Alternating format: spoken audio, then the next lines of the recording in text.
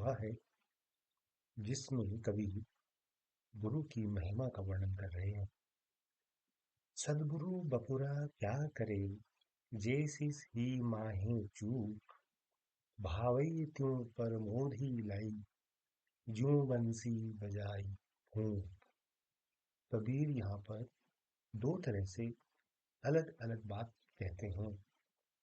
कबीर एक तरफ ये भी कहते हैं कि सद्गुरु बेचारा क्या करे जब शिष्य में ही चूक हो, यानी शिष्य ही अयोग्य हो या शिष्य ही नकारा हो। जैसे बांसुरी वादक जानकार हो तो उसकी फूंक से भाव और राग बजते हैं, और अगर अनाड़ी बांसुरी हो, अनाड़ी तरीके से छेद कर दिए गए हों, तो अनाड़ी बांसुरी वादक तो फूंक ही मारता जाएगा, यानी जिसे सुर, लय और ताल का ज्ञान नहीं है वो अच्छी बांसुरी से भी बेसुरा ही सुर निकालेगा।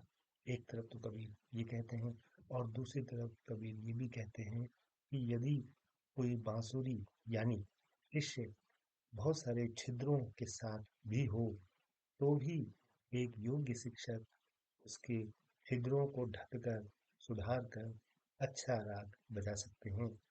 विशेष तौर पर इसको हम अगर दोबारा देखें तो कबीर कहते हैं कि सच्चा गुरु भी क्या करे यदि शिष्य में ही दोष हो।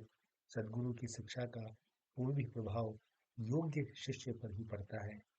गुरु तो उस बांसुरी के समान है जिसमें सुर साधने के लिए उपयुक्त छेद हैं, लेकिन यहाँ पर गुरु बांसुरी के समान नहीं है बल्कि शिष्य बांसुरियों के समान है जिसमें बहुत सारे छेद हैं, और उपयुक्त छेद के अलावा अगर कोई छेद है तो भी अनगढ़, अनाड़ी और दोष रहित शिष्य बांसुरी बजाएगा तो वह उसे फूंक ही मारेगा। लेकिन यहाँ इसको हम दूसरे तरीके से भी समझें तो भाव यह है कि योग्य शिष्य ही बांसुरी के छेदों से सुंदर और मनोहर भावयुक्त राग उत्पन्न कर सकता है।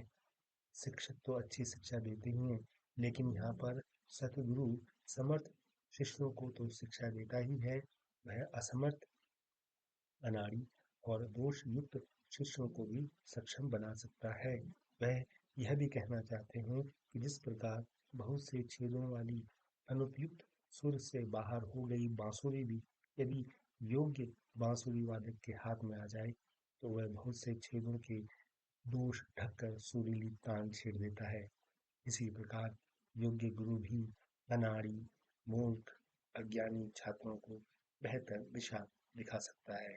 इसका अर्थ यह हुआ कि यदि अनाड़ी, मूर्ख, अज्ञानी छात्र, शिष्य, चेला अगर सद्गुरु के सानिध्य में आ जाए तो सद्गुरु उसके बेसुरे दोषों को, छिद्रों को ढक देता है और उसे भी ज्ञानी बना देता है।